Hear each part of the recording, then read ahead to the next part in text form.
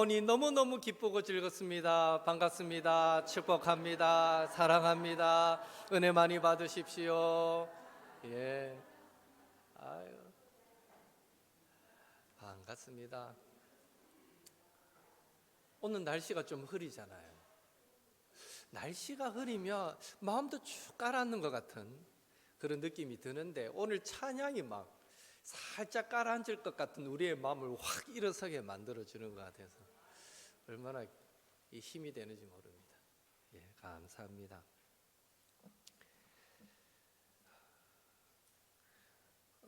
사랑하는 성도 여러분, 여러분은 감사가 무엇이라고 생각하십니까? 감사의 정의를 한번 내려보십시오 라고 말한다면 여러분은 어떻게 감사를 설명하시겠습니까? 목사님, 그냥 감사하면서 살면 되지, 굳이 감사를 이해하고 설명하고 정의를 내려야 하겠습니까? 라고 반문하실 수도 있는데요, 물론 복잡하게 생각하지 않고 감사하며 살아갈 수 있습니다. 그러나 우리는 보통 이해하는 만큼 행동할 수 있습니다. 그래서 감사의 개념도 바르게 이해하는 만큼 우리는 참된 감사, 또 진실한 감사, 풍성한 감사가 가능하기에 무엇이 감사인가에 대해서 우리 머릿속에 그림을 그려보는 일은 참 중요하다라고 말할 수 있습니다. 여러분, 감사에 대한 많은 글들이 있지만 심지어 감사를 주제로 철학 논문이 있다는 사실을 여러분은 아시는지요? 예. 미국 위스콘신 오클레어 대학교 철학 및 종교학과 교수로 지내는 이 션 맥알리어라는 이 교수가 2012년에 재미있는 논문을 하나 써서 발표했는데, 그 제목이 명제적 감사입니다. 명제적 감사. 이는 감사라는 주제가 도덕 철학에서도 얼마나 중요한 개념인가를 논증하고 있습니다. 감사를 철학적으로 논증했다라는 말은 감사를 가장 이성적으로 논리적으로 이해하려고 애썼다, 그렇게 이해하시면 될 것입니다. 예, 우리 사람이 감사가 뭔가를 논리적으로 생각해서 만들어낸 글이라는 거죠. 그 논문에 의하면 감사가 발생하기 위해서 몇 가지 조건이 필요합니다. 첫째, 감사가 성립하려면 수혜자, 어떤 감사한 일을 받는 수혜자가 있어야 되고요, 또 혜택을 베푸는 사람이 있어야 되고요, 그리고 실제 베풀어지는 행위가 있어야 됩니다. 이 세 가지 요소가 이루어질 때 감사가 성립된다. 예, 당연한 얘기겠죠. 둘째, 감사는 본질적으로 인격과 인격 사이에서의 현상이다라는 것입니다. 예를 들어서 채굴업자가 금이 많이 묻혀 있는 금광을 발견했다고 합시다. 그러면 마음속에 이사나 너무너무 고마워 하는 마음이 생기지 않겠습니까? 그러나 그것은 엄밀히 따져서 기쁨일 뿐이지 감사가 될 수 없다라는 것입니다. 집에서 키우는 애완동물들 한 번씩 네가 있어서 너무 고마워 하는 마음이 생길 수 있지 않습니까? 그러나 엄밀히 따져서 그것은 내 마음의 위로요 기쁨이지 감사는 아니다라는 것입니다. 왜요? 감사는 인격과 인격 사이에서 만들어지는 것이기 때문입니다. 철학자들은 그렇게 이해합니다. 그런 의미에서 우리는 감사 생활을 위해서 사실 내가 아끼는 물건, 즐기는 취미 생활, 또 집에서 키우는 동물들, 적어도 그것들보다는 내 곁에 있는 사람들에게 더 많은 관심, 더 많은 애정을 쏟아야 합니다. 우리의 관심의 1순위는 먼저 인격체여야 하고 그 외의 것들은 늘 그 다음이어야 하는 것입니다. 그래서 감사 생활을 위해 이런 적용이 우리에게 가능해집니다. 내가 아끼는 어떤 물건보다, 내가 아끼는 그런 애완견보다, 내가 포기 못하는 어떤 취미 생활보다 내 곁에 있는 가족을 또 지체를 더 아끼고 사랑하자. 우스갯소리로 어떤 분들은 그래요. 나는 집에서 꼴찌라고.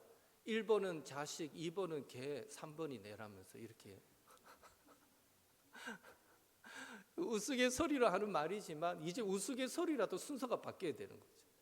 늘 우리의 감사가 풍성해지려면 우리의 주된 관심은 인격체여야 한다. 어떤 경우에서도 인격체여야 한다.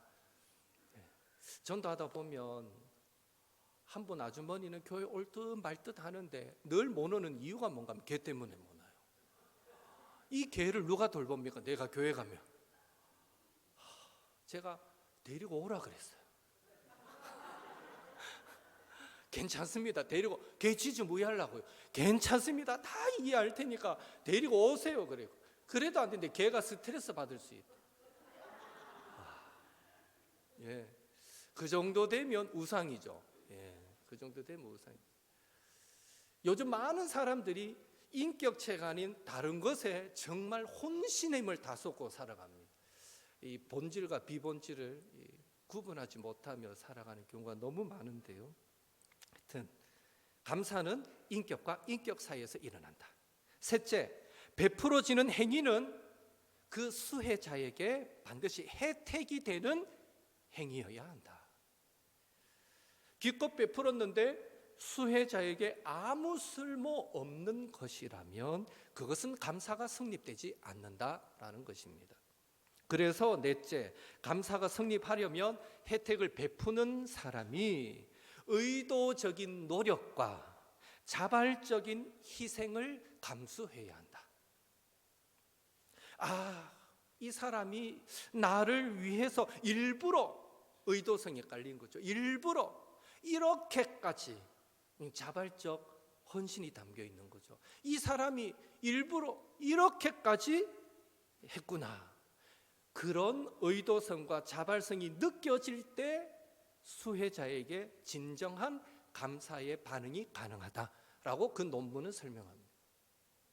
야, 무슨 감사를 그냥 감사하면 되는데 이렇게까지 막 글로, 저는 쉽게 풀었었지. 그 논문을 보면 T는 A와 뭐 G가 어떻고 막 이런 기호로 막 설명을 하거든요.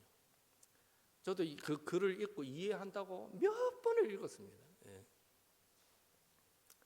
철학자들은 앞선 이런 조건들이 모두 갖추어질 때 감사가 발생하게 되고 혜택을 입은 수혜자는 당연히 감사의 반응을 보여야 한다라고 말하면서 역시 감사의 반응을 위해서도 적어도 세 가지 철학적 조건이 필요하다라고 말합니다. 첫째, 감사의 반응에는 인지적 요소가 필요합니다. 즉 수혜자는 나에게 혜택이 발생했구나, 내가 은혜를 입었구나 하는 이런 사실을 인식하고 알고 기억하고 믿어야 한다는 것입니다. 혜택을 입었음에도 불구하고 누가 도와달라 했나? 이러면 이거 감사가 성립이 안 되죠. 혜택을 입었음에도 불구하고 그게 무슨 혜택이라고 라고 말해도 감사는 일어나지 않습니다. 더불어 내가 혜택을 입었구나 하는 이런 인식, 이런 기억은 또 어느 정도의 지속성을 가져야 한다라고 전제합니다. 그렇죠. 혜택을 받고 은혜를 입고도 금붕어도 아닌데 금방 돌아서서 잊어버리면 그러면 감사는 불가능한 것이죠. 그래서 고대 로마 철학자 세네카는 은혜에 대하여라는 그의 책에서 지금 서점에 가면 베품의 즐거움이라는 제목으로 번역되어 있습니다. 세네카가 쓴 은혜에 대하여라는 그 책에서 혜택을 입고도, 세네카의 말입니다. 혜택을 입고도 은혜를 입고도 금방 잊어버리는 배은망덕한 사람, 감사하지 못하는 그 사람을 최악의 사람이다라고 규정하고 있습니다. 여러분은 어떤 사람이 최악의 사람입니까? 내 먹을 거 뺏어 먹는 사람입니까? 나를 기분 나쁘게 만든 사람입니까? 어떤 사람이 최악의 살인자, 가정 파괴범, 어떤 사람이 최악의 사람입니까? 적어도 철학자 이 세네카는 감사하지 않는 사람, 배은망덕한 사람이 최악의 사람이다라고 규정하는 것을 보았습니다. 감사하지 못하면 언젠가 우리가 주님 앞에 설 때 참된 진리를 추구하지 않고 살면, 예수님의 비유가 그렇잖아요. 스바 여왕이 나는 솔로몬의 지혜를 얻으려고도 2000km가 넘는 그 먼 거리를 찾아가서 솔로몬의 지혜를 배웠는데 너희는 왜 예수님의 지혜를 배우지 않았느냐 하고, 우리 심판받는 심판장 옆에서 스바 여왕이 딱 서가 너는 예수님의 지혜도 안 배워갔니? 라고 책망한다 라고 예수님이 그런 비유를 들어주셨거든요. 마치 그런 것처럼 세네카가 천국에 갔는지 안 갔는지 저는 모르지만, 우리가 감사하지 못하고 살아가면 천국에서 심판받을 때 세네카 그 한쪽 옆에 서 있다가 저건 감사도 모르는 최악의 사람이야 라고 우리를 지적할 수도 있다는 거예요. 감사가 그만큼 중요하다. 둘째, 감사의 반응에는 인지적, 깨닫고 아는, 기억하는 것도 필요하지만 감정적 요소도 필요하다고 말합니다. 가령 감사할 일이 생기면 그것을 받은 자는 야, 힘든 세상이지만 그래도 살아볼 만하네 하는 긍정의 감정을 가지게 되고요. 또 수혜자는 혜택을 베푼 그 사람을 향해서 그도 잘 되기를 바라는 애정의 감정을 소유하게 됩니다. 그리고 그래서 혜택을 베푼 자가 혹 희생과 어려움을 겪게 된다면 그것에 대해서 공감하고 슬퍼하고 안타까운 감정도 가지게 된다라는 것이죠. 즉 진정한 감사를 경험하게 되면 수혜자는 혜택을 베푼 사람의 편에 서서 생각하고 느끼는 감정의 변화를 일으키게 되는 것입니다. 이게 안 되니까 흔히 뭐라고 말합니까? 배은망덕하다라는 거죠.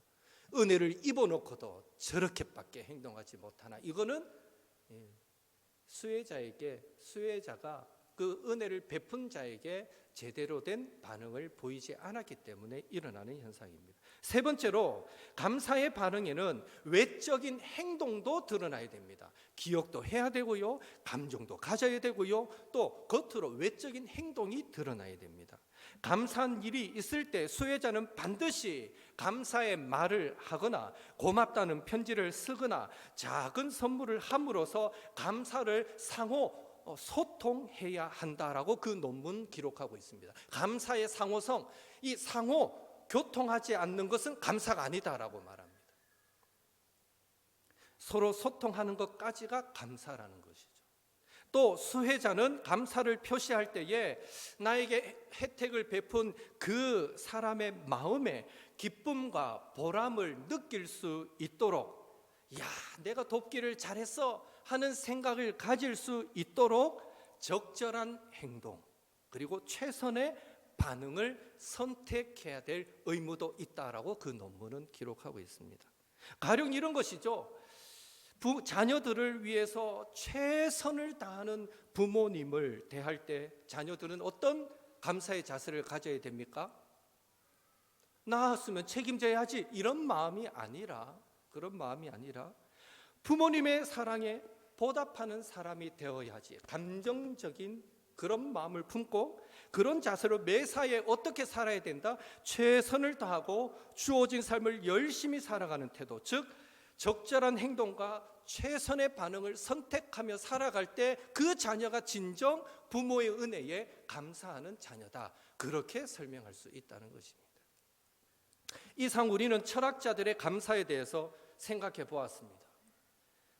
철학자들의 논리에 의하면 감사는 혜택을 베푸는 자가 선한 의도와 자발적인 희생을 인격과 인격 사이에서 실천할 때 감사는 발생하고, 그 발생한 감사에 대해서 수혜자는 지속적으로 기억하고 참 고맙네. 지속적으로 기억하고 그 사람에 대해서 긍정과 애정의 감정을 품으며 혜택을 베푼 자가 기쁨과 보람을 느낄 수 있도록 적절한 행동과 최선의 반응을 보일 때 감사는 완성된다라고 그 논문은 기록하고 있습니다.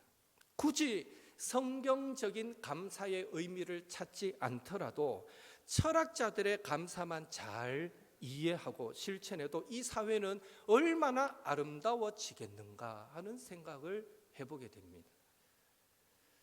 철학자들이 주장했던 그 감사의 적절한 예를 오늘 성경 안에서 찾아본다면 바로 예수님께서 들려주셨던 강도 만난 자의 비유에 나오는 사마리아 사람과 강도 만난 자, 그들을 통해서 우리는 감사가 뭔가를 찾아보게 됩니다. 사마리아 사람은 자신의 여행길에 우연히 강도 만나서 거의 죽게 된 사람을 보게 됩니다.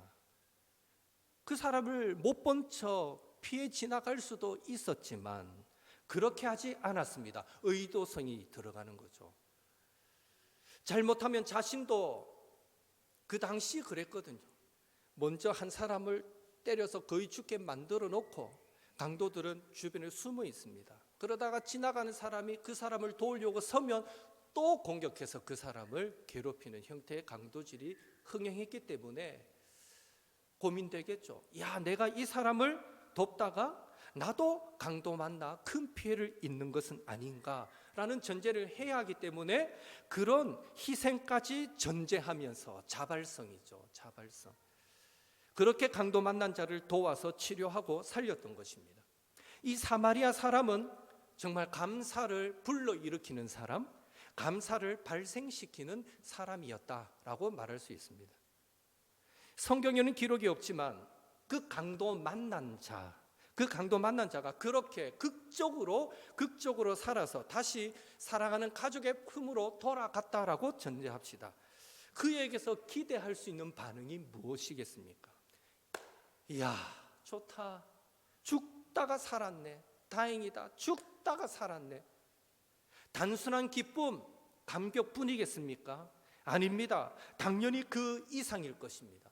참 고맙네.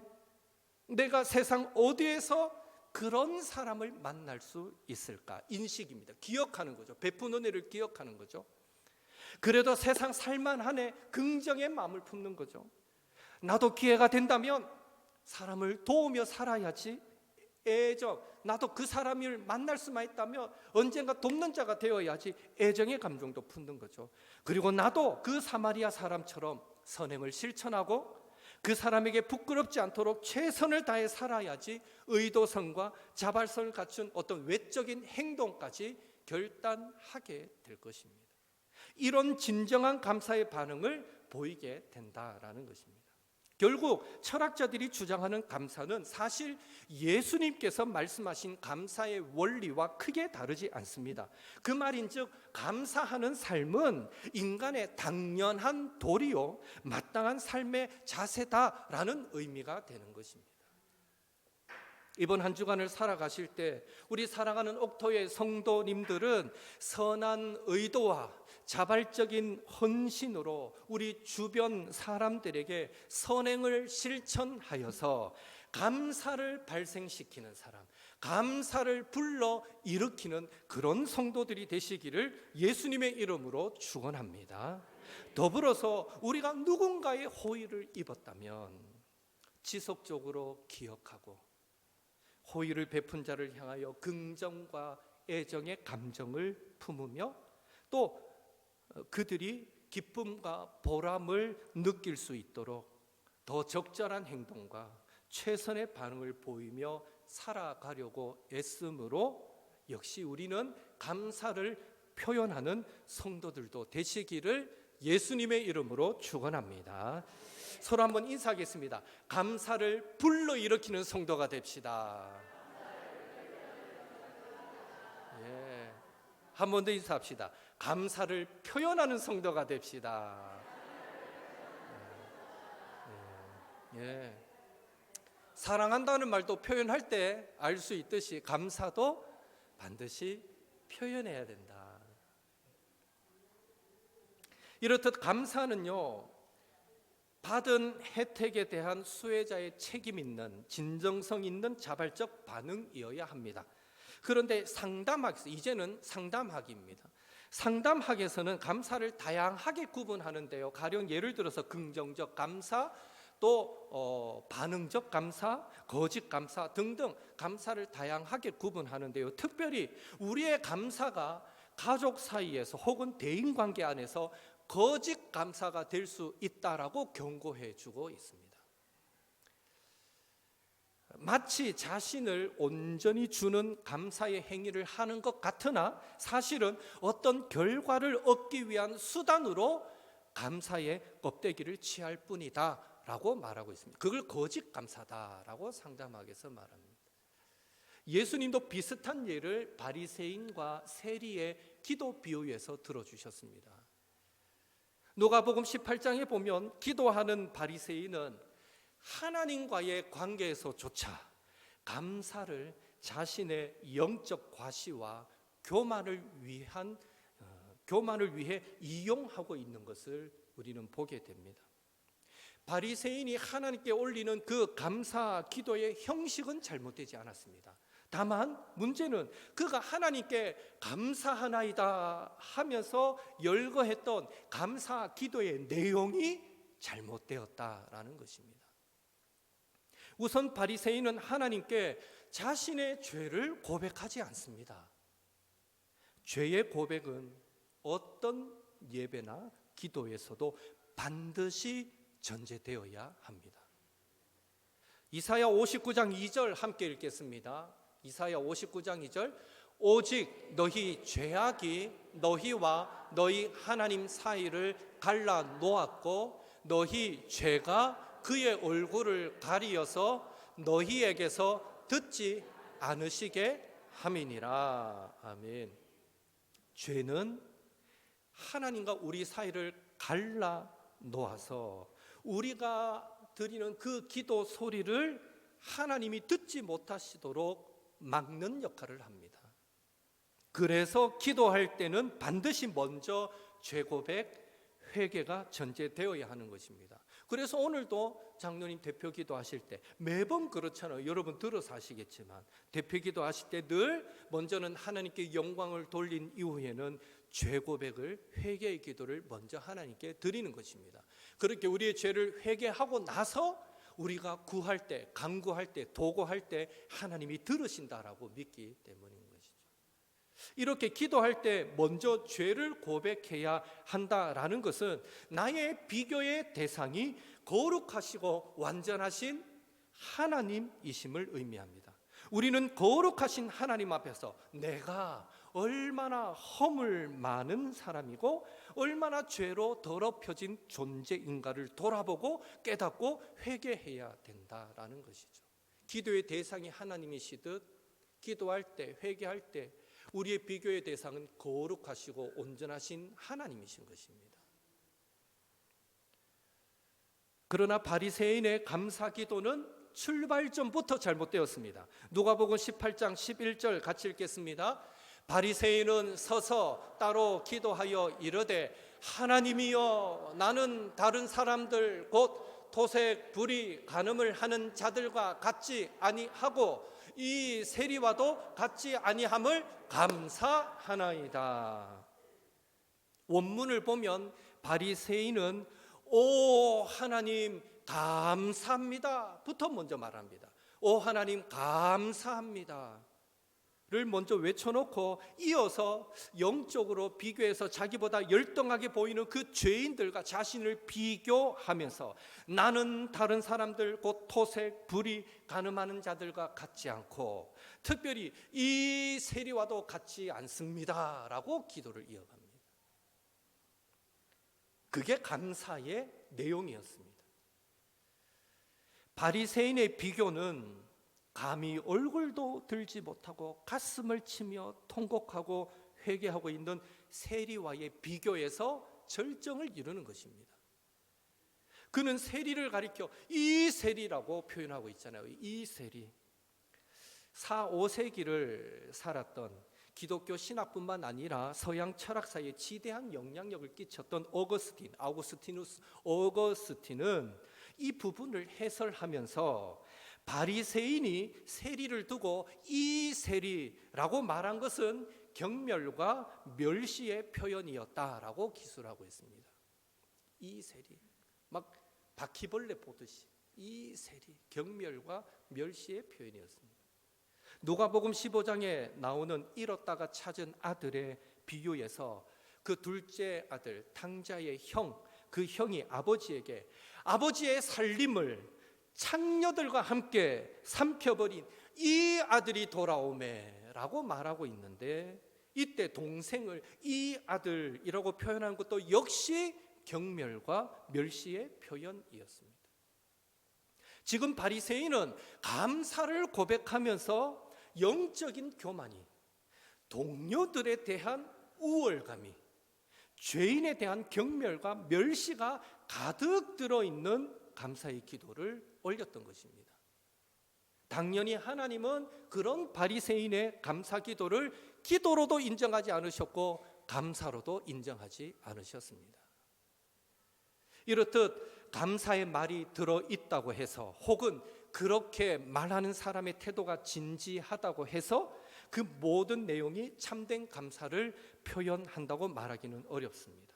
내게 임한 하나님의 은혜가 큽니다 라는 사실을 깨달은 사람이 하나님께서 사랑하고 긍휼히 여기시는 그 대상을 하나님의 태도와 하나님의 언어로 사랑하며 그들이 잘 되기를 바라는 그런 진심이 전달될 때 비로소 진정한 감사가 드려졌다라고 말할 수 있는 것입니다.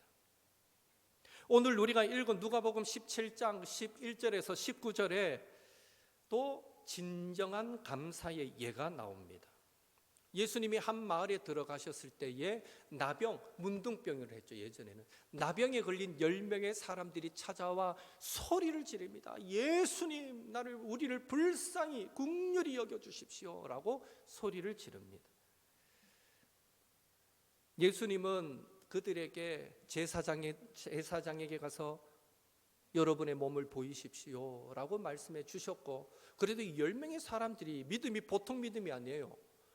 나았는 것을, 자신의 나병을 나은 것을 확인하고 제사장에게 간 것도 아니었어요. 우리 좀 불쌍히 여겨주세요 할 때 예수님이 제사장에게 가서 여러분의 몸을 보이십시오 라고 말했을 뿐인데 믿고 갔어요. 제사장에게. 가는 중에 그 10명의 나병이 깨끗하게 치유되었던 것입니다. 기적이 일어난 것이죠. 기적이. 그런데 본문에 보면 이 10명이 깨끗함을 받았지만 다시 예수님께 돌아와서 감사하며 하나님께 영광을 돌린 사람은 사마리아 사람 한 명뿐이었다라고 기록하고 있습니다. 감사라는 주제로 이 오늘 본문을 볼 때 그 강조점이 무엇이겠습니까? 첫째, 나병에서 낫는 것보다 더 힘든 것이 감사하는 것이다 라는 것입니다. 나병이 낫는 것도 기적인데 그런 기적이 일어나도 감사는 어렵더라. 감사는 마음만 먹으면 누구든지 얼마든지 할 수 있다라고 생각하지만 사실 참된 감사는 결코 쉬운 일이 아닙니다. 그래서 셰익스피어가 이런 시를 남겼습니다. 불어라 불어라 그대 겨울바람아, 그대는 감사할 줄 모르는 인간처럼 그리 냉정하진 않구나. 긴 시 앞부분을 제가 잠시 읽어드렸는데요, 겨울바람이 얼마나 차갑습니까? 온몸을 움츠러들게 만드는데, 그런데 그런 겨울바람보다도 더 차가운 것이 감사할 줄 모르는 인간의 냉정함이다라고 시로 고발을 하고 있는 것을 우리는 보게 됩니다. 그만큼 감사가 어렵다는 거예요. 쉬울 것 같은데 쉽지 않다는 거죠. 여러분, 감사 노트 쓰는 거 쉽습니까? 어렵습니까? 어렵죠. 그거 당연한 겁니다. 여러분이 문제 있는 게 아니라 어렵습니다. 감사를 찾는 게 어려운 일입니다. 그러나 분명 감사는 유익합니다. 둘째, 예수님은 직접 표현하는 것만 감사로 인정하셨다는 것입니다. 나병이 나은 다른 9명의 사람들에게도 감사하는 마음이 있을 수도 있었지만 예수님은 그것을 감사로 인정하지 않았습니다. 오직 예수님께 돌아와 직접 온몸으로 말로 표현한 것만 감사로 인정하셨던 것입니다. 셋째, 예수님은 자신에게 감사한 것을 하나님께 영광 돌린 것으로 인정하셨습니다. 본문 어디에도 예수님은요, 고침받은 나머지 9사람이 자신에게 돌아와서 감사하지 않은 것에 대해 내 너무 섭섭해 이렇게 말씀하지 않으셨습니다. 행간을 읽을 때에 오히려 예수님은요, 안타까워하고 슬퍼하셨습니다. 왜요? 감사하러 돌아온 그 한 사람만이 예수님을 통해서 하나님께 영광을 돌렸고, 그것은 곧 치유의 능력이 하나님으로부터 나왔습니다 하는 믿음의 고백이 되었으며, 그런 믿음의 감사를 통해서 그 한 사람, 사마리아 사람은 구원을 얻었기 때문입니다. 예수님께서 이 땅에 오신 목적이 무엇입니까?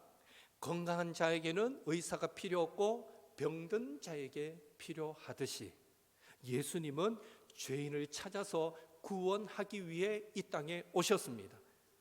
예수님은 병 고침을 받은 모두가 10명 모두가 하나님께 감사하고 하나님께 영광 돌려 구원받기를 원하셨는데, 결국 믿음의 감사를 드린 한 사람만 구원받게 되었으니 얼마나 마음이 아프고 슬퍼하셨겠습니까? 분명한 것은 참된 감사, 믿음의 감사는 우리 육신을 구원할 뿐만 아니라 우리의 영혼도 구원하게 만든다라는 것입니다. 반대로 감사해야 할 일을 기억하지 못하거나 무시하면 큰 화를 당하게 됩니다. 다윗이 사울에게 쫓겨 다니던 그 어려운 시절에 그의 동료들과 함께 갈멜산 부근에 숨어 지낼 때에 마침 다윗이 있는 그 지역에 나발이라는 사람이 그 산에서 양도 치고 염소도 치고 그렇게 지냈는데, 다윗이 자기의 부하들과 함께 그 갈멜에 있으니까 자연스럽게 의도한 바는 아니지만 나발의 재산을 보호해주는 방파제 같은 역할을 해주었던 것입니다. 그래서 나발은 양 3,000마리, 염소 1,000마리를 가진 부자였는데, 드디어 양털 깎는, 흔히 하는 말로 잔치하는 날이 되었을 때에 다윗은 신하를 보내서 우리가 함께 이 근방에 있으면서 당신들의 재산을 우리가 들짐승으로부터 또 도적대들로부터 보호해주는 역할을 했으니까 어느 정도 우리에게 조금 살해해주면 좋겠습니다 라고 정식으로 요청을 하게 됩니다. 그런데 그때 나발은 그 요청을 단번에 거부해버렸고요, 심지어 다윗이 누구고 이새의 아들이 누군데 내한테 이걸 달라 하느냐라고 말하면서 거기까지만 해도 되는데 더 덧붙여 말하기를 요즘에 각기 주인에게서 억지로 떠나는 종이 많다 하더라. 이 말이 뭔 말입니까? 다윗이 악한 주인은 아니냐, 이런 식으로 악한 사람 아니냐라는 식으로까지 매도해 버리게 됩니다. 다윗에게 심한 모욕을 주었던 것이죠. 그래서 분노한 다윗은 신하 400명을 데리고 나발을 죽이려고 오고 있었는데, 나발의 아내 아비가일의 지혜로운 처신으로 말미암아 다윗은 칼에 피를 묻히지 않을 수 있었고요. 그러나 더 중요한 것은 그 이후에 하나님께서 나발을 쳐서 그 몸이 굳어서 죽게 만들었더라라고 기록하고 있습니다.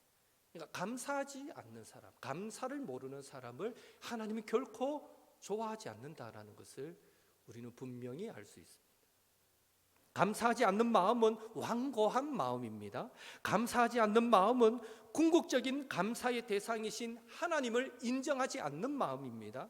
감사하지 않는 마음은 하나님께서 베푸신 생명과 공급하시는 모든 환경에 대한 고의적인 배척과 같습니다. 그래서 감사하지 않는 마음은 하나님의 심판의 대상이 되는 것입니다. 인간적으로도 감사할 줄 아는 사람은 괜찮은 사람이네, 은혜를 아는 사람이네가 됩니다. 하지만 하나님의 존재를 인식하며 그 은혜로우심을 깨닫고 감사하며 사는 사람은 구원받은 하나님의 사람이 되는 줄로 믿습니다. 감사는 살아계신 하나님과 죄인인 우리를 이어주는 중요한 은혜의 수단임을 믿으시고, 이번 한 주간 살아갈 때에 하나님 앞에서나 사람과의 관계에서나 은혜에 빚진 마음이 없는 거짓 감사, 하나님의 심판을 가져오는 거짓 감사 말고 모든 것이 하나님의 은혜입니다를 매 순간 고백하면서 하나님께 영광 돌리며 살아서 주변 사람들에게는 괜찮은 사람, 은혜를 아는 사람으로 인정받고 하나님께는 감사의 사람으로 인정받아 우리의 육체뿐 아니라 영혼까지 그 모든 필요와 도움과 구원을 베풀어 주시는 하나님의 은혜를 누리며 살아가시는 우리 모든 옥토의 성도님들 되시기를 예수님의 이름으로 축원합니다. 함께 기도하겠습니다. 우리 받은 말씀 기억하시면서 선한 의도, 자발적 헌신으로 주변 사람들에게 선행을 실천하여 감사를 불러일으키는 성도 되게 하옵소서. 또 받은 은혜를 기억하고 감사를 표현할 줄 알아서 아버지 감사를 정말 잘 표현하는 성도 되게 하옵소서. 모든 것이 하나님의 은혜임을 우리의 입술로 몸으로 표현하며 살아갈 때에 괜찮은 사람, 은혜를 아는 사람 정도를 넘어서 영혼도 살리고 육체도 살리는 하나님의 도움과 구원을 누리는 감사의 성도가 되게 하옵소서. 새생명 축제에 우리의 태신자들을 불러주시고 복음을 들려주시며 그들에게 구원도 허락하여 주옵소서. 여러분 자리에 앉은 그 앞에 이름 불러가면서 이 시간 하나님 감사를 불러일으키는 성도 되기를 원합니다. 또 감사를 표현하는 성도 되기를 원합니다. 그리고 하나님 앞에 늘 감사하는 성도 되기를 원합니다. 하나님 감사하며 살게 하옵소서. 기도하시고 새생명 축제를 위해서도 함께 이 시간 합심해서 기도하겠습니다. 사랑의 하나님, 주님 은혜 감사드립니다. 우리가 벌써 여러 번에 걸쳐서 감사라는 주제로 함께 말씀을 나누고 있습니다. 구약이 말하는 감사를 살펴보았고 신약이 말하는 감사를 살펴보았고 교리적으로 말하는 감사를 살펴보았고 오늘은 흔히 세상이 말하는 철학과 상담학에서 말하는 그 감사가 성경 안에서 어떻게 또 묘사되는가 또 우리가 살펴보게 됩니다. 그만큼 감사가 소중하다는 것을 우리는 한 번 더 생각해 보게 됩니다. 주여 간절히 바라고 소망하기는 아버지여 우리 안에 늘 타인을 대할 때에 내 곁에 있는 사람들을 대할 때에 선한 의도와 자발적인 헌신으로 주변 사람들에게 선행을 실천하게 도와주셔서 아버지 우리가 바로 감사를 불러일으키는 그런 성도가 되게 도와주시옵소서.